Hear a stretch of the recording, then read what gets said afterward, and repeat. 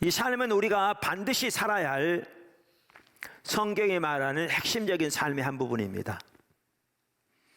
그런데 하나님께서 특별히 포도나무교회 이 시점에서 관계 중심 전도가 우리의 생활이 되도록, 삶이 되도록 강력하게 이끌고 계십니다. 촉구하고 계십니다.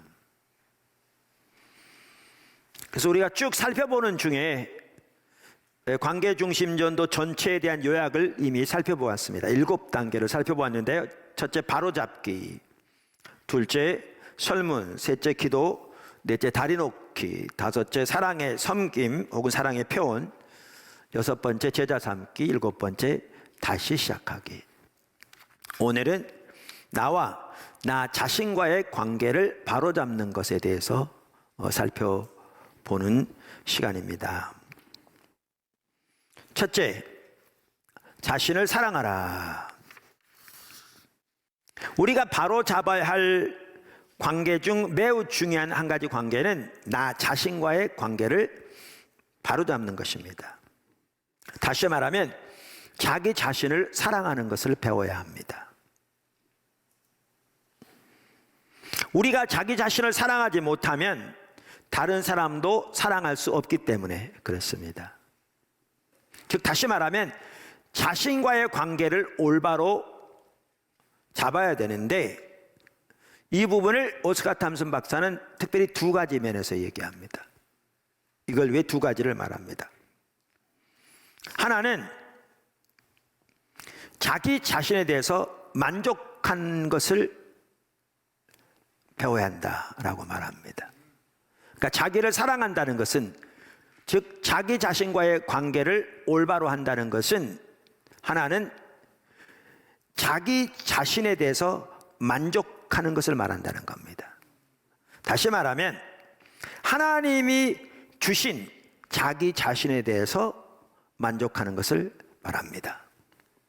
이 부분에 대해서는 이제 좀 더 이따가 살펴보겠습니다. 또 다른 하나는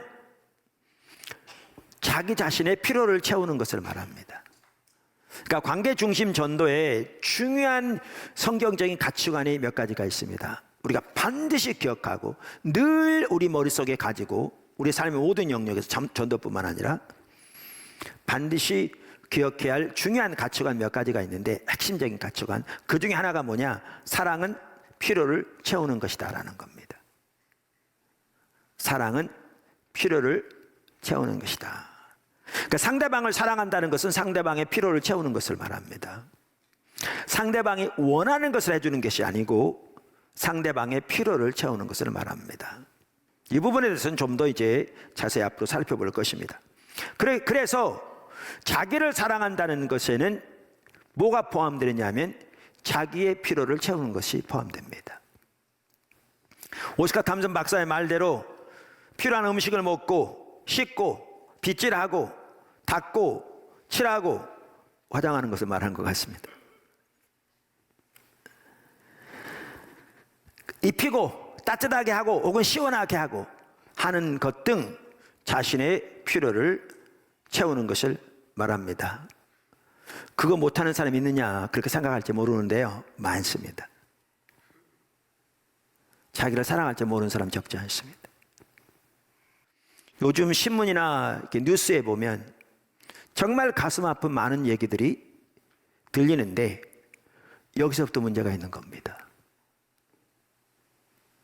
가정에서부터 그렇게 사랑으로 자라지 못하기 때문에, 그래서 다른 사람을 사랑할 줄도 모르는, 왜? 자기 자신을 사랑할 줄도 모르니까. 그래서 수많은 문제들이 일어나고 있는 것을 우리는 목도하고 있습니다. 자, 이제 두 번째, 자신과의 올바른 관계를 깨뜨리는 요소들과 그에 대한 육신적인 반응들. 우리가 자기 자신과의 올바른 관계를 회복해야 합니다. 다시 말하면 자기 자신을 사랑하는 삶을 살아야 합니다. 그런데 태어날 때부터 우리에게는 그렇게 하지 못하도록 많은 우리를 짓누르는 요소들이 있습니다. 이 세상에 살아가는 그 자체로. 그래서 우리의 삶에서 우리와 우리 자신의 관계를 올바로 하지 못하도록 방해하고 짓누르는 요소들을 이 책은 그 일부를 다루고 있습니다. 그 일부 핵심적인 내용들을 다루고 있고요. 더 나아가 이렇게 우리를 짓누를 때 정말 많은 사람들이 이것을 아담적 본성을 가지고, 즉 자기중심적인 자세로 반응하는 그 어떤 예들을 쭉 다루고 있습니다. 그런데 그것이 전혀 해답이 아닌 거죠. 전혀 해답이 아닌 거죠.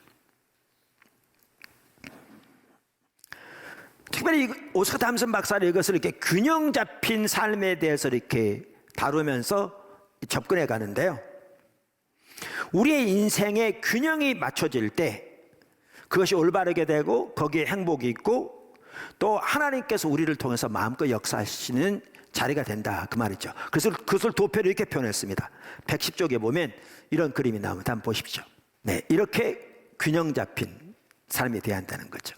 이렇게 균형 잡힌 삶이 돼야 되는데 이렇게 균형 잡힌 삶이 되지 못하도록 우리를 짓누르는, 우리를 방해하는 요소들이 있다는 겁니다. 그걸 그림을 이렇게 표현했습니다. 네, 저렇게 짓누르는 요소들이 있는 거죠.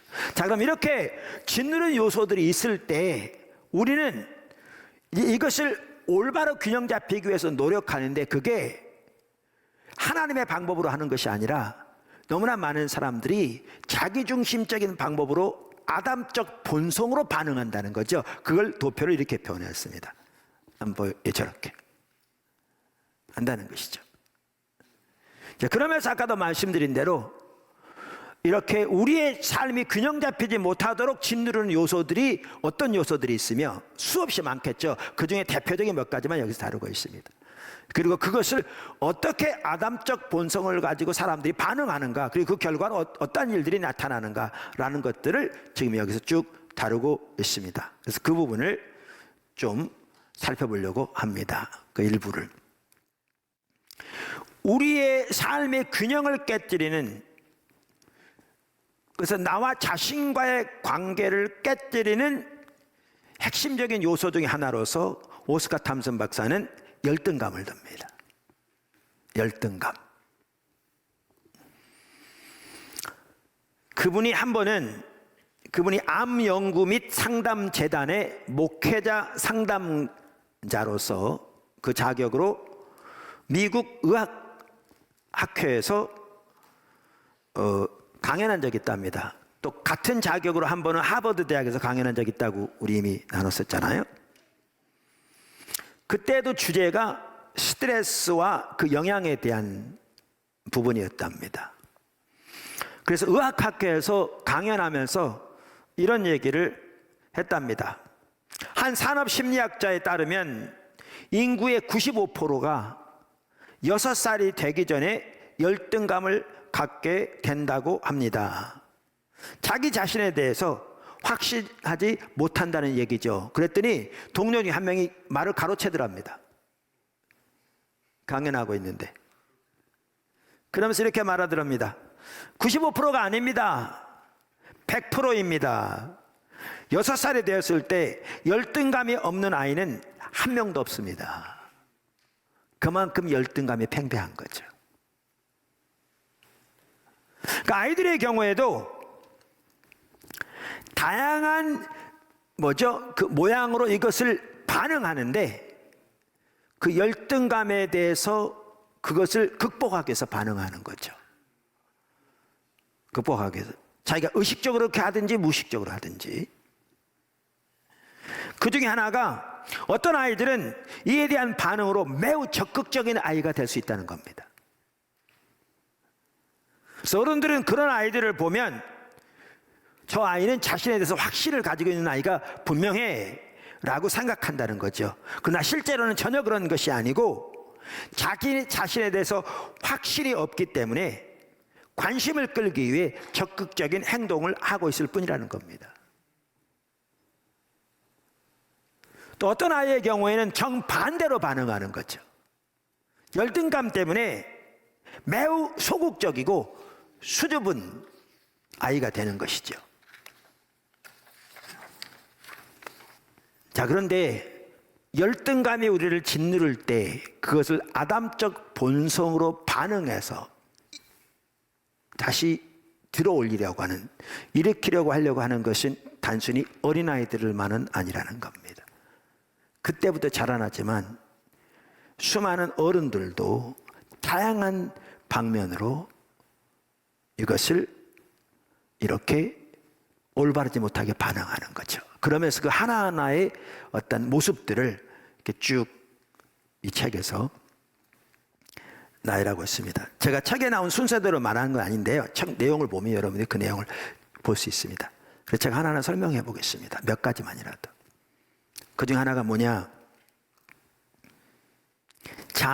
참 자아를 숨기고 가면을 쓰는 사람. 참 자아를 숨기고 가면을 쓰는 사람. 아까 제가 말씀드린 대로 저는 이 방면의 전문가가 아닙니다. 그래서 가능하면 이분의 말을 그대로 제가 인용하려고 합니다. 이 하나하나의 부분에 있어서. 이 책의 95쪽에 보면 이렇게 그분은 말합니다. 95쪽에 보면 우리가 관계에 대해 가장 먼저 배우는 장소는 바로 가정이다. 학교에서나 직장에서 혹은 다른 곳에서 우리는 종종 가식적인 모습을 보인다. 사람들을 대할 때 가면 쓴 얼굴만 보여주기도 한다. 시시때때로 가면을 바꾸기도 한다. 이 사람 앞에서는 이 가면을, 저 사람 앞에서는 저 가면을 쓴다. 직장에서는 또 다른 가면을 쓴다. 고객이나 상사, 부하 직원에게서 특정한 반응을 이끌어내기 위해서는 특정한 모습을 보여야 한다고 생각한다. 그 결과 우리는 다양한 가면을 쓴다. 그러다 얼마 지나지 않아 누구 앞에서 어떤 가면을 썼는지 잊어버리고 만다. 그래서 이 가면을 쓰고 있다가 황급히 다른 가면으로 바꿔 쓴다. 그러면 우리 앞에 앉아있던 사람은 와 하고 놀란다. 이게 우리 모습입니다. 적지 않은. 그래서 어떤 사람들은 수많은 종류의 가면을 가지고 사는 거죠. 교회 올 때 쓰는 가면, 회사 갈 때 쓰는 가면, 친구를 만나 쓰는 가면 다 다른 거죠.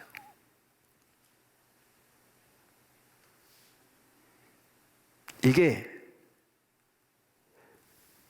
열등감 등이 짓누를 때 그것을 자기 자신을 들어 올려서 다시 높이려는, 균형을 맞추려는 아담적 본성에서 나온 거라는 거죠.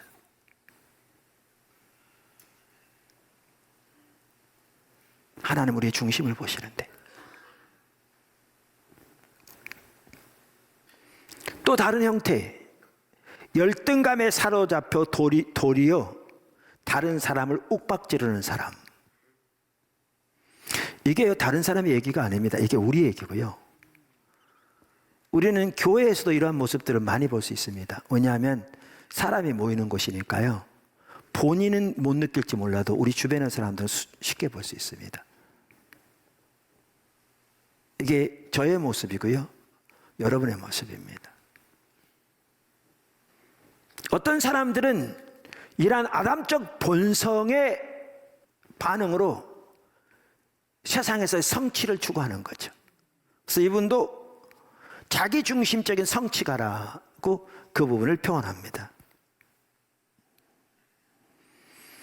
그래서 101쪽부터 이렇게 얘기합니다. 균형을 맞추려는 노력의 일환으로 우리는 무언가를 성취하려 한다. 무언가를 성취하면 그로 인해 내가 다시 위로 올라갈 수 있고 균형을 찾았다고 느낄 수 있을 거라 믿는다. 그렇게 되면 사람들도 나를 비판하지 못할 거라고 생각한다. 사람들이 나를 칭찬할 것이고 칭찬받으면 다시 위로 올라갈 수 있을 거라고 믿는다. 그렇기 때문에 나는 반드시 성취자가 되어야 하는 것이다. 당연히 그렇지만 이분도 정확하게 이 부분을 표현합니다. 물론 성취 자체가 전혀 나쁘지 않다.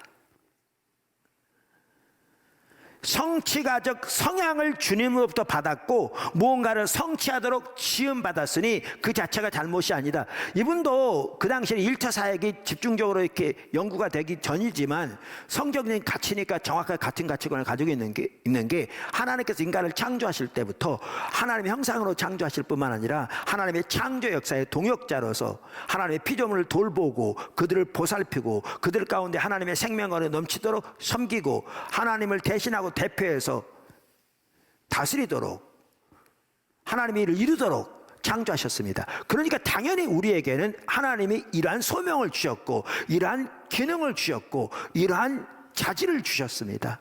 그러므로 성취 자체가 나쁜 게 전혀 아닙니다. 또 성취를 위해 추구하는 자체가 전혀 잘못된 게 아닙니다. 문제는 동기입니다. 여기에 나가 중심에 있다는 거죠. 아담적 본능으로 반응하는 거죠. 본능으로. 이게 문제인 거죠. 그러니까 타락의 본질이 자기중심적인 삶이고 자기중심적인 삶에는 모든 것 중심에 나가 있다고 그랬잖아요. 나에게, 나를 위해. 그게 문제인 거죠. 또 다른 반응에 대해서 말하면서 어떤 사람은 꼭대기의 정상에 선 사람도 있다고 얘기합니다. 당연히 그렇습니다. 모두가 다 그 자리에 서는 건 아니지만 대다수는 그 자리에 서지 못하지만 어떤 사람은 꼭대기에 서는 사람도 있다는 거죠. 근데 또 어떤 사람은 자기 꼭대기에 서지 못하지만 나름대로 성공한 사람도 많다는 겁니다. 나름대로. 제가 한번 읽어볼게요.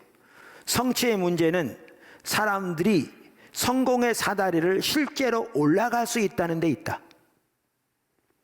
대부분은 꼭대기까지 올라가지 못한다. 하지만 차도 있고 집도 있고 가정도 있는 나름대로 성공적이고 비교적 행복한 삶을 사는 사람들도 있다. 어느 정도 성공을 거두고 제법 화목한 가정도 꾸리고 있으며 종교가 없는 이들이다. 우리는 이런 부분에 참 지혜가 필요합니다. 이 다음 말을 유념해 들을 필요가 있습니다. 물론 우리가 보는 모습은 그들의 외관일 뿐이다. 겉모습일 뿐이라는 거죠. 우리가 이런 부분을 볼 수 있어야 그들 모두가 예수님이 절박하게 필요한 사람인 걸 볼 수가 있습니다. 그러면서 이렇게 얘기합니다. 대부분은 사다리를 오르느라 정신이 없어 자신이 행복한지 아닌지조차 모른다. 일을 하느라 너무 바빠서 가족에 대한 의무를 망각하는 경우도 종종 있다. 한 설교자가 말했듯 회사가 쓰러질까 온 신경을 쏟느라 쓰러져가는 아들의 핏기 없는 얼굴은 완전히 잊어버린 사람들도 있다. 이들은 하나님이 아닌 소유에만 온 마음을 쏟는다. 왜일까? 균형을 잡지 못했기 때문이다. 그 상황에서 세상의 성공을 쫓을지는 모르지만 하나님이 주신 가장 가까운 가족들부터 살아가지 못하는,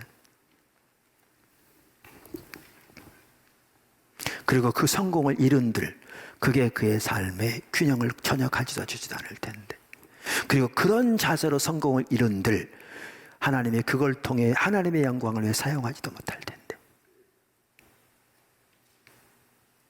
그럼 남는 것은 뭐가 있을 텐데요?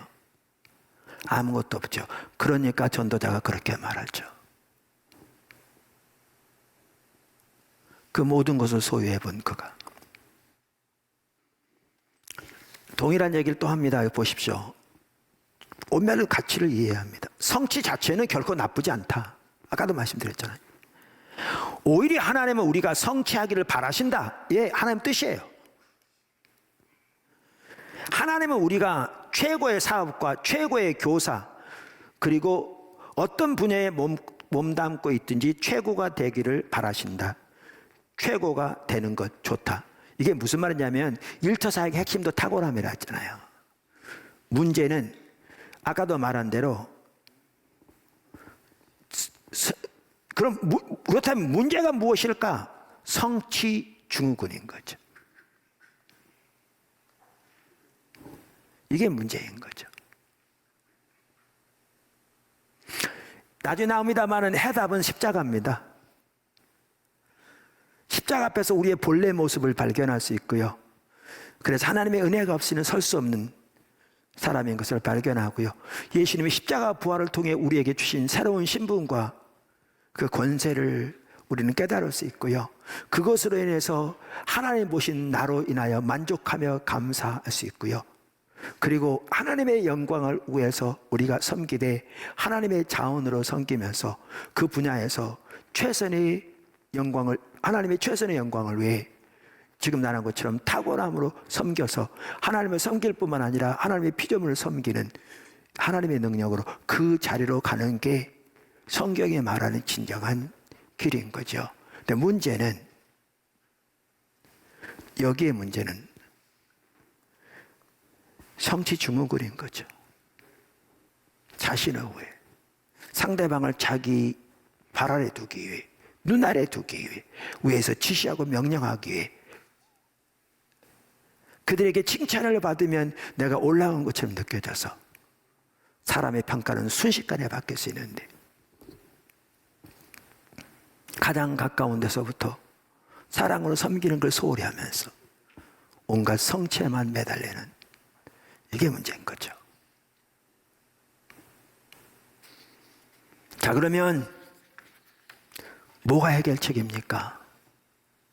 제가 1부 예배 설교하다 보니까 오늘 끝까지 다 하려고 했는데 여기까지밖에 못 하겠더라고요. 2부 예배도 다 그러네요. 해결책은 다음 주에 살펴보려고 합니다. 3번, 해답은 십자가입니다.